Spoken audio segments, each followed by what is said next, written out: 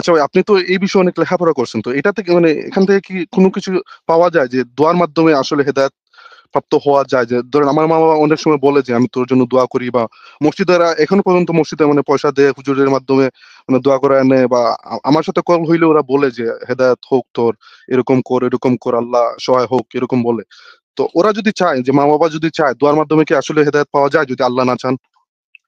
দোয়ার মাধ্যমে হেদায়েত পাওয়া সম্ভব না আসলে। মানে যে এখন মজার ব্যাপার হচ্ছে যে হাদিসের ভিতরে এটাও আছে যে আল্লাহ পাক সব চূড়ান্তভাবে নির্ধারণ করে রাখছেন, সেটা আর কোনো কিছুই পরিবর্তন হবে না। সেটা অপরিবর্তনীয়।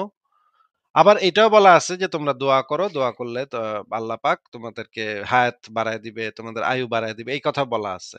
এখন এই ২ টারে নিয়ে, এই ২ ধরনের কথাবার্তা নিয়ে তো আলেমরা পড়ছে বিপদে। আলেমরা বিপদে পড়ে এখন কোনটা ঠিক, কোনটা ভুল, এটা নিয়ে তাদের মাথা পাগল অবস্থা। এইজন্য তারা এখন বলে যে ২ টাই ঠিক। আল্লাহ চূড়ান্ত নির্ধারণও করে রাখছে, এটাও ঠিক। আবার দোয়ার মাধ্যমে এটা পরিবর্তন করা যায়, এটাও ঠিক। এখন ভাই এই কথার মানে কি, এটা তো ভাই আমি বুঝি না। যদি চূড়ান্ত নির্ধারণ করে থাকে তাইলে আবার ওটা তাহলে পরিবর্তন হয় কেমনে? পরিবর্তন হয় কেমনে? এটাই তো আবার ভাই, আমি যদি তো বুঝি না। পরিবর্তন হয় তাইলে ওইটা চূড়ান্ত নির্ধারণ হইলো চূড়ান্ত হয় কেমনে? এটা কেমনে? তো আমি জি। বুঝলাম না তো ভাই। আমার তো মাথায় ঢুকলো না ভাই। আমি তো মুমিনদের এই সমস্ত হাবিজাবি বিদঘুটে কথাবার্তা ভাই, একটা জিনিস হইলে তো আরেকটা জিনিস হইতে পারে না, তাই না? এই ২ টা তো একটা জি। আরেকটার সাথে যে পরস্পর সেম বিরোধী।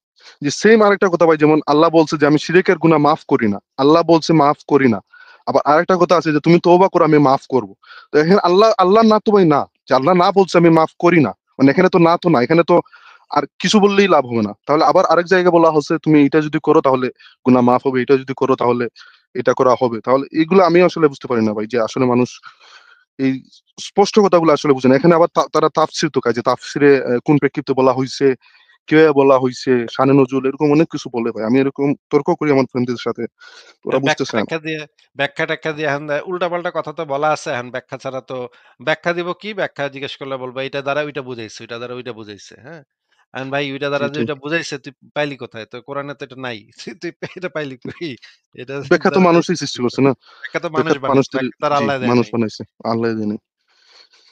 তো এগুলাই ভাই তাফসীর তো এই নিয়ে অনেক ঝামেলা হয় আমার বন্ধুদের সাথে। ওরা যখন আমার সাথে তর্ক বসে এই বিষয় নিয়ে, তো ওরা মানে তাফসীর সরাসরি আমি যেই জিনিসগুলো দেখাই, ওরা সরাসরি তাফসীরে চলে যায়। ওরা বলে একটা সময়ের জন্য বলা হইছে। তখন আমি বলি যে তাহলে পর্দার কথা কেন তোরা সারা জীবনের জন্য বলছ? তাহলে পর্দা হয়তো একটা নির্দিষ্ট সময় নবীর স্ত্রীদের জন্য করা হয়েছিল। তাহলে পর্দার কথা কেন এখন বলতেছস তোরা? তো ওই সময় আটকে যায়। মানে আর কিছু বলে না। হুম। ঠিক তারা আছে ভাই। যেখানে আটকায় ওই সময় বললেন। জি। আর কি জি, কিছু থ্যাংক ইউ ভাই। বলবেন? আপনার কোন পয়েন্ট না, আছে? না ভাই। না ভাই, থ্যাংক ইউ ভাইয়া। ঠিক থ্যাংক ইউ। আছে, ভালো থাকেন তাহলে। আপনাকে জি, আজকে বিদায় জানাচ্ছি। জি। থ্যাংক ইউ ভাই। নববর্ষের শুভেচ্ছা আবারও। জি, ভালো থাকবেন। ভালো